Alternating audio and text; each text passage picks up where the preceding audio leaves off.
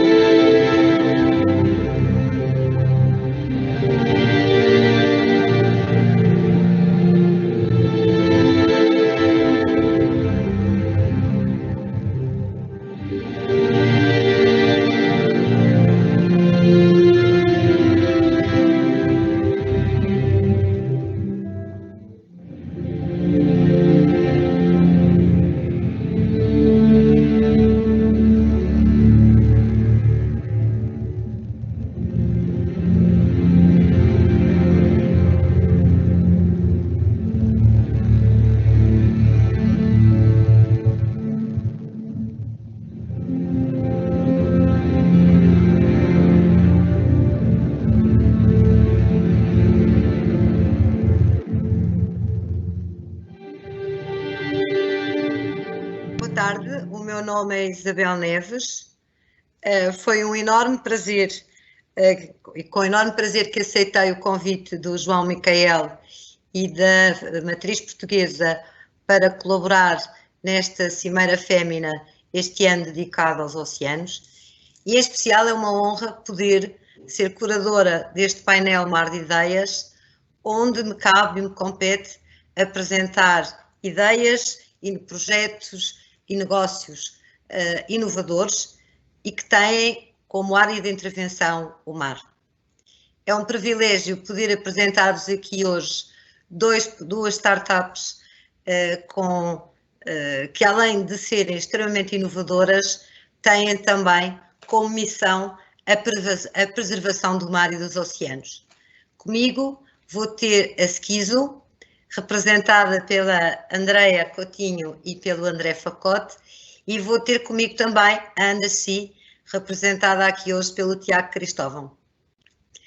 A Skizo é uma empresa, uma startup que tem como missão preservar o oceano, aproveitando todo o plástico, reciclando e transformando-o em têxtil, que depois, por sua vez, produz ténis personalizados, sapatilhas personalizadas e agora também malas e máscaras faciais. Tem à sua frente uma mulher fantástica, uma jornalista com 34 anos, a Andreia Coutinho, e um companheiro fabuloso que com ela está, também são ambos os co-founders desta empresa e que nos vão explicar um pouco o que é que a Skizo faz, como é que nasceu, qual foi a oportunidade detectada, como é que vê o vosso negócio, quais foram alguns dos seus sucessos e insucessos, porque este caminho faz-se caminhando com muitos altos e baixos, e por fim também gostaria que vocês nos dessem a vossa visão estratégica sobre o mar e a importância que ele tem na economia, sobretudo na economia portuguesa. Tiago Cristóvão também é um jovem que fez um percurso sempre nas áreas espaciais e na área da pesquisa e que se juntou ao projeto Undersea e que também nos vai dar exatamente a mesma visão, como é que a Undersea nasceu, qual foi a oportunidade detectada, como é que ele se juntou a este projeto e o que é que ele atualmente tem como visão e como missão na Andacy. Convosco, Andreia e André, e depois o Tiago, ok? Andreia, tens a palavra. Boa tarde. Muito obrigada, antes de mais, pelo convite. É uma honra estar aqui hoje convosco para falar um bocadinho da Skizo e a nossa paixão por trás dela e esta grande missão. Nós costumamos dizer que a Skizo, mais que uma máquina, é uma causa, e então surgiu como um juntar de algumas peças de um puzzle. Eu e o André já éramos sensíveis a todo este problema, principalmente não só as alterações climáticas, como é óbvio, mas a grande poluição que o nosso mar, os nossos oceanos sofrem, e sabíamos todos os estudos que apontam que até 2050, se não fizermos nada, haverá mais plástico no oceano do que peixes. Mas o clique foi sem dúvida quando fomos pais. Tornámos-nos pais, a nossa visão alterou-se e de um querer passou a um dever. E numa das muitas idas à praia, que somos amantes de praia e de mar, e temos a felicidade de morarmos perto dela, e então numa das idas à praia, com o Lorenzo, na altura ainda não tinha 2 anos de idade, e como qualquer outra criança da sua idade, começou a apanhar plástico da areia e a tentar pôr à boca, como se fosse um brinquedo, como se fosse algo já da realidade dele. E então aí surgiu-nos uma obrigação e não só um tal querer fazer algo mais, e uma obrigação de irmos mais além, de resolvermos este problema ou de ajudarmos a resolver este problema e de deixarmos um legado diferente. Portanto, começou então aí um estudo, não foi de um dia para o outro, não é? Mas sabíamos à partida que já era possível transformar-se plástico PET em têxtil, portanto, então, por que não transformarmos plástico do oceano em têxtil? Eu penso que no futuro, ou temos a certeza que qualquer marca ou negócio que vingue tem que solucionar um problema, portanto nós quisemos precisamente partir do problema e depois então apresentar uma solução à comunidade, e foi então assim que surgiu, conseguimos chegar então a um grupo de pescadores que retiram o plástico diretamente do oceano, depois então ele é trazido para a terra, é descontaminado, é separado e é transformado em têxtil. Começámos, o nosso primeiro produto foi então sapatilhas, ténis personalizáveis, porque como se trata de uma missão, queríamos chegar a um maior número de pessoas para ser retirado o maior número de quantidade de plástico. Portanto, quase todos nós gostamos de ténis, sendo personalizáveis, então seriam para qualquer idade, para qualquer género e para qualquer, dependendo da cor ou de textura, portanto começámos então por esse produto. Agora passando se calhar aqui então ao André, para não ser só eu a falar. A ideia começou por aí, não é? Sim, a ideia começou por aí e nós sabemos que o oceano para Portugal tem um valor inestimável, tanto pela nossa história como por sermos um país pequeno, mas com uma das maiores zonas exclusivas económicas mundiais. Temos um vasto oceano e é importante também cuidarmos dele e sensibilizarmos os outros também a cuidarem do que é deles também, do que é deles e que, ao fim e ao cabo, é de todos nós. E foi por isso que quisemos desenvolver esta marca, também porque, para além, Portugal é muito bom em muitas coisas, felizmente. E somos muito bons internacionalmente, somos muito reconhecidos pelo bom vinho que temos, e com isso não conseguimos ainda lá chegar, nós como Skizo. Somos muito bons em têxtil e isso já conseguimos fazer, mas queríamos fazer algo com o nosso têxtil que fosse reconhecido também internacionalmente, e nós temos a sorte de ter uma boa associação em Portugal de calçado que também leva o nome do calçado internacionalmente e que fez com que Portugal fosse reconhecido internacionalmente e é assim que somos conhecidos atualmente na Europa e no mundo da moda de calçado, como uma das maiores, a indústria mais sexy da Europa, na produção de calçado. Portanto, juntamos o têxtil ao calçado e é essa a bandeira que levamos internacionalmente com o nosso calçado sustentável. Não sei se continuamos pronto, com as questões que a Isabel tinha logo dito de início. Eu gostava que vocês explicassem, já percebemos a oportunidade que vocês detectaram e como é que vocês têm vindo a desenvolver o vosso projeto. Eu gostava que vocês falassem também um bocadinho da vossa visão estratégica relativamente ao mar e com a experiência que vocês têm, como é que vocês veem o futuro e o potencial de negócio e de oportunidades que o mar oferece na economia portuguesa? É uma boa questão. Nós por acaso temos também a sorte de vivermos muito do mar. Nós temos um dos setores, temos muitos setores económicos que sobrevivem do nosso oceano, mas que temos a infelicidade vou dar o exemplo dos pescadores. Os pescadores têm 3 gerações, uma geração muito antiga, a geração mais velha que está atualmente a trabalhar. Temos uma geração intermédia que não seguiu os passos dos pais, ou muito poucos seguiram o passo dos pais, e temos uma geração muito jovem que está a seguir os passos dos avós e dos bisavós. E para nós foi um pouco difícil sensibilizar os mais antigos, porque eles já apanhavam lixo há muito tempo e para eles era normal recolherem e lançarem fora outra vez. André, tanto quanto eu sei, desculpa interromper, tanto quanto eu sei, vocês na vossa cadeia de valor dentro da vossa empresa dão emprego a pescadores, é verdade? Nós não empregamos pescadores, nós temos... Dão trabalho a...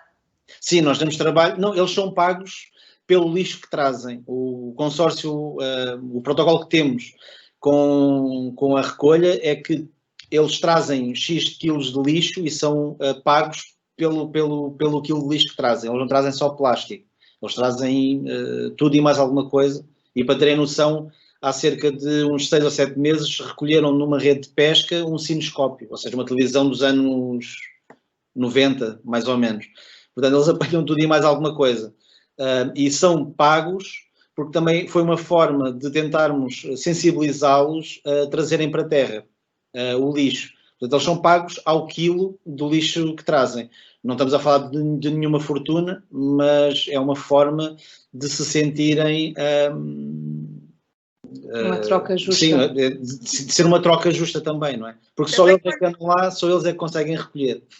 Também, tanto quanto sei, cada par de ténis que vocês produzem utilizam 36 garrafas de plástico recolhidas do oceano. Sim, foi uma sei, até hoje, vocês, do trabalho de casa que eu fiz, até hoje vocês já conseguiram limpar uma área mais ou menos idêntica à área da área metropolitana de Lisboa, certo? Sim, isso, nós temos que atualizar os dados no site. Isso é informação de até dezembro do ano passado. Foi a informação que vocês têm. Sim, é o que está disponível. Que eu consegui recolher. Sim, isto é um trabalho importantíssimo. Vocês já deram a conhecer o vosso trabalho internacionalmente. Há outros exemplos, há concorrência ao vosso trabalho, ao vosso projeto concreto internacionalmente. Falem um bocadinho sobre isso também. O que é que existe de semelhante noutros países? O que nós saibamos, de nosso conhecimento, o único trabalho mais idêntico que há é feito com redes que são apanhadas no oceano, ou seja, também lixo, como é óbvio, mas o têxtil que é depois utilizado já depois da transformação para, por exemplo, para sneakers, para ténis, é a partir de redes de pesca, que também é uma percentagem elevadíssima de lixo encontrada nos nossos oceanos. Pedaços de redes, etc. Material desta atividade pescatória. No nosso caso, somos pioneiros, então, na transformação de plástico do oceano em têxtil. A nossa sapatilha, nós costumamos dizer, o nosso ténis não existiria sem o plástico do oceano, porque é toda a parte de têxtil, então é produzida, era lixo anteriormente, era lixo e demos então vida nessa parte. Muito bem. André, só para também finalizar, porque o nosso tempo é escasso, mas há uma coisa muito engraçada. Quando eu vos perguntei há bocadinho dos casos de sucesso e dos insucessos que todos estes projetos, todos estes projetos de startups e projetos inovadores têm, imagino que a questão da pandemia que todos estamos a viver também vos afetou a vocês. Que salto é que vocês tiveram que dar? Tiveram que se reinventar também, certo? E o que é que vocês fizeram para se reinventar nesta situação em que nós estamos a viver? Eu gosto muito, gosto porque também por termos conseguido aumentar o nosso impacto social e termos este impacto na comunidade, na sociedade, portanto quis o destino completarmos um ano de idade em pleno início de pandemia e de confinamento. Portanto, a nossa produção parou, as vendas, como é óbvio, notámos logo um grande decréscimo, porque, claro, não temos um produto de primeiro, um bem de necessidade, portanto já estávamos à espera, não é? Entretanto, então tivemos que nos reinventar e uma vez que o que mais precisávamos nesta altura eram de máscaras sociais. Nunca nós tínhamos pensado que iríamos fazer máscaras sociais e queríamos então não só continuar com a nossa missão de retirar lixo, plástico do oceano, mas então oferecer uma máscara social à comunidade que fosse de qualidade premium, como todos os nossos produtos, e as primeiras máscaras sociais sustentáveis. Eu fico muito feliz ao falar disto, porquê? Porque, mais uma vez, nós não quisemos ir para uma produção em larga escala, o que seria economicamente muito mais vantajoso para nós, enquanto marca, mas quisemos dar esta produção a costureiras e ex-costureiras locais, que de alguma forma, direta ou indiretamente, tinham visto as suas economias a serem afetadas pela pandemia. Portanto, são assim feitas carinhosamente, uma a uma, as nossas máscaras sociais certificadas. Neste momento, começámos por nível 3, já conseguimos então certificação para também nível 2, de uso profissional, e para já também são as únicas máscaras sociais ou as mais sustentáveis no mercado. Muito bem, muitos parabéns. Obrigada. É um gosto tê-los aqui e continuação de um excelente trabalho e de sucesso. Muito obrigada. Já Cristóvão, agora vou falar contigo. A Andacy é uma startup de outro género, é uma startup tecnológica, tem uma tecnologia muito própria, de última geração, para a monitorização da qualidade da água. E eu digo da água porque não é só do mar, penso eu, também dos rios e também dos lagos, mas com uma forte componente na intervenção no mar. E vou dar a palavra ao Tiago para ele se apresentar e para nos explicar um bocadinho o trabalho da Andacy. Devo dizer que do trabalho de casa que fiz, sei que a Andacy começou por ser incubada no Instituto Pedro Nunes, em Coimbra, uma das melhores incubadoras de startups em Portugal, mas também já ganhou um prémio de aceleração na Noruega, não é? Tiago, fala-nos nisso. Exatamente. Para começar, nós somos uma empresa tecnológica, começámos em 2014 e a Undersea nasceu com um desafio de um professor universitário, o professor Andrade Campos, que foi tanto meu professor como professor do meu sócio, termodinâmica, e ele, na altura, desafiou-nos para desenvolver um veículo autónomo para monitorização da qualidade da água, e nós, como engenheiros, abraçámos logo o desafio e propusemos à estação, à ESA, o desenvolvimento do primeiro protótipo, dentro de um programa de financiamento de tecnologia para desenvolvimento tecnológico e de negócio. Eles, na altura, acharam que desenvolver um veículo autónomo para a monitorização da qualidade da água era um desafio que não só nós estávamos a abarcar, como muitas outras centros de investigação já estavam a trabalhar, e é um desafio que não é possível fazer com os recursos financeiros que nós estávamos a propor, e então nós voltámos à fase de ideia e pensámos em retirar toda a parte da robótica e deixar e focarmos na recolha de dados, que é o que neste momento a Undersea é. Desde essa altura de 2016, desenvolvemos a nossa tecnologia, o nosso equipamento para monitorização e o nosso serviço de software, no qual os nossos clientes podem aceder à informação que nós estamos a recolher. Este foi um bocadinho o nosso percurso. Durante estes últimos 2 anos, como disseste, fizemos um programa de aceleração na Noruega, em que eles também são investidores, investem nas startups que fazem os programas de aceleração. Neste caso, nós, como empresa e startup, recolhe dados da qualidade da água. Os nossos principais clientes são empresas da aquacultura, daí a Noruega, e agências e entidades ambientais. Estes são os 2 âmbitos nos quais trabalhamos neste momento.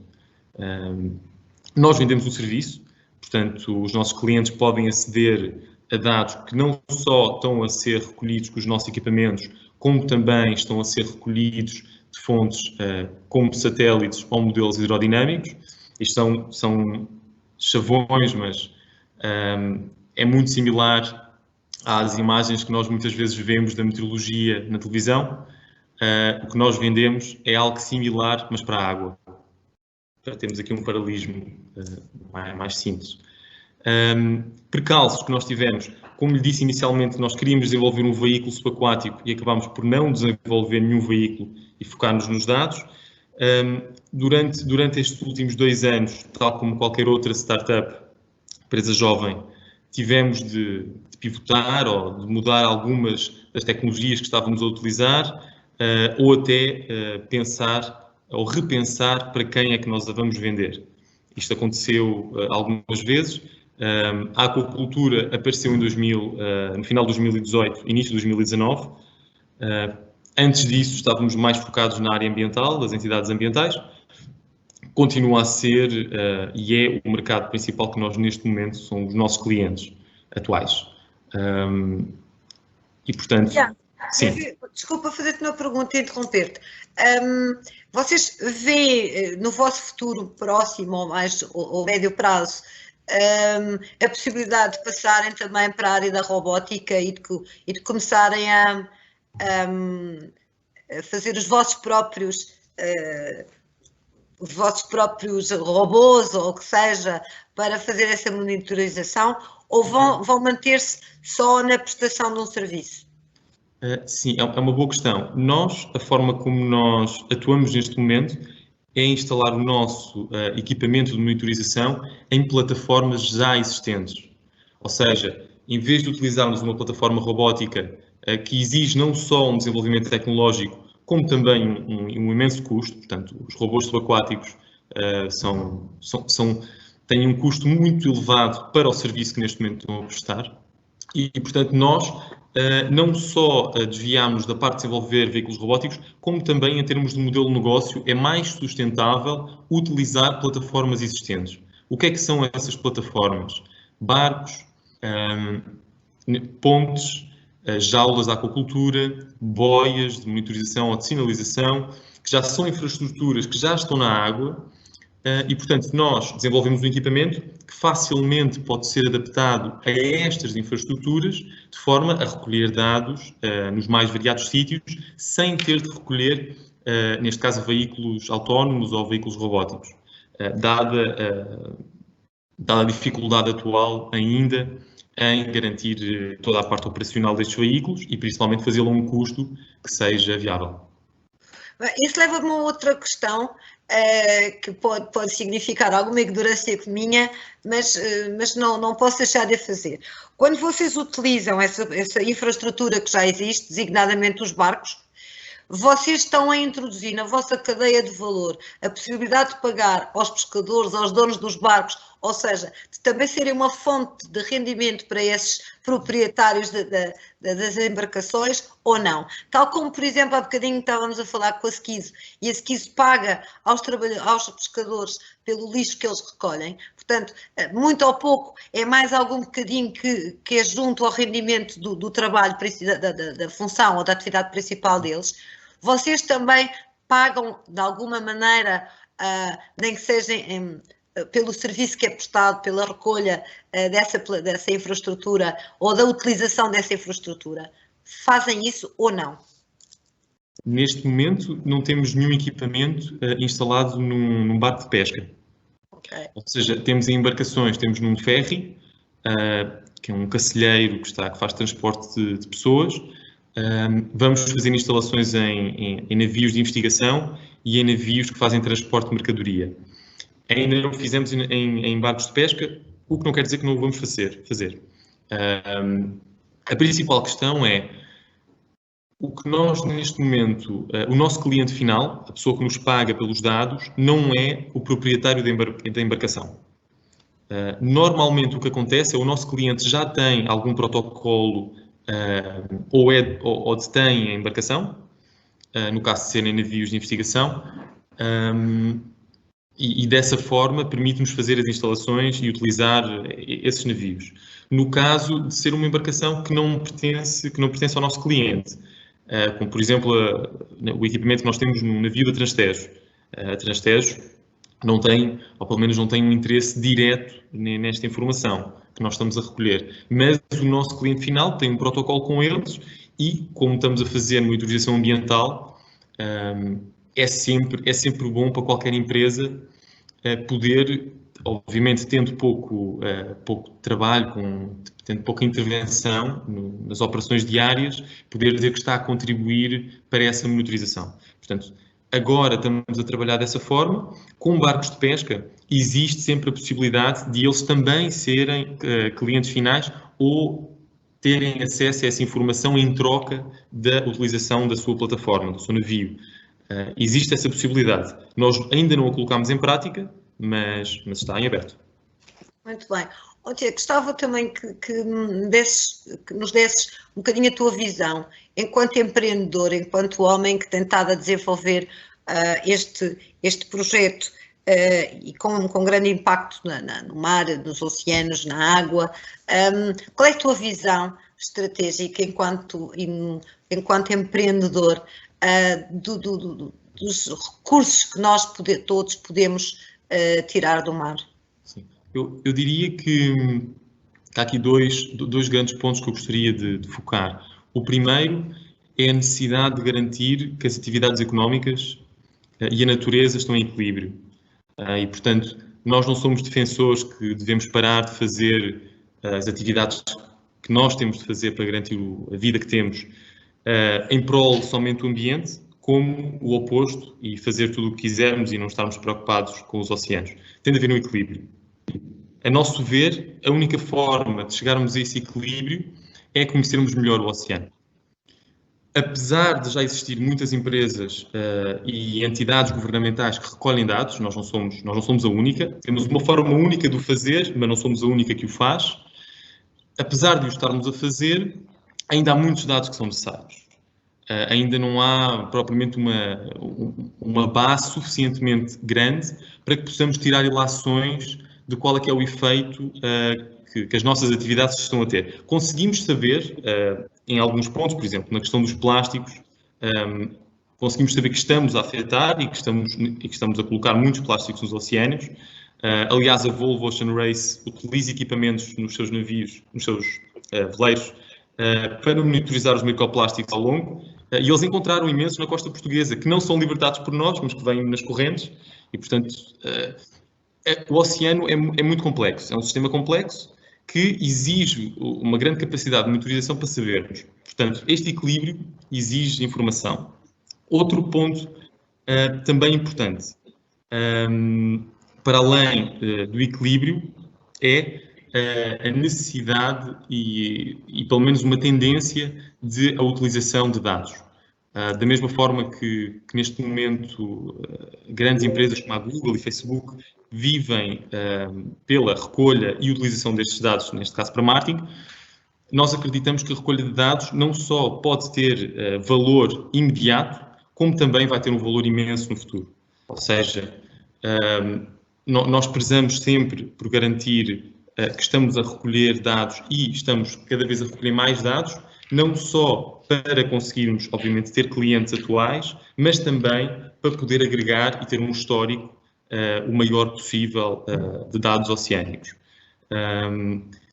Pode ser, infelizmente eu não consigo dizer exatamente como é que eles serão utilizados no futuro, mas nós acreditamos que essa informação será extremamente útil e, obviamente, se pudermos estar a trabalhar e a contribuir para que essa base de dados aconteça, melhor. Muito obrigado, Tiago. Muito obrigada a vocês, Tiago, Andreia, André. Foi um prazer estar aqui convosco. Tinha 50 mil perguntas para vos fazer. Acho que iria estar aqui toda a tarde, mas o tempo é escasso, estamos muito limitados e, portanto, vou ter que acabar. Resta-me agradecer muito, muito a vossa presença e um até breve a todos. Muito obrigada.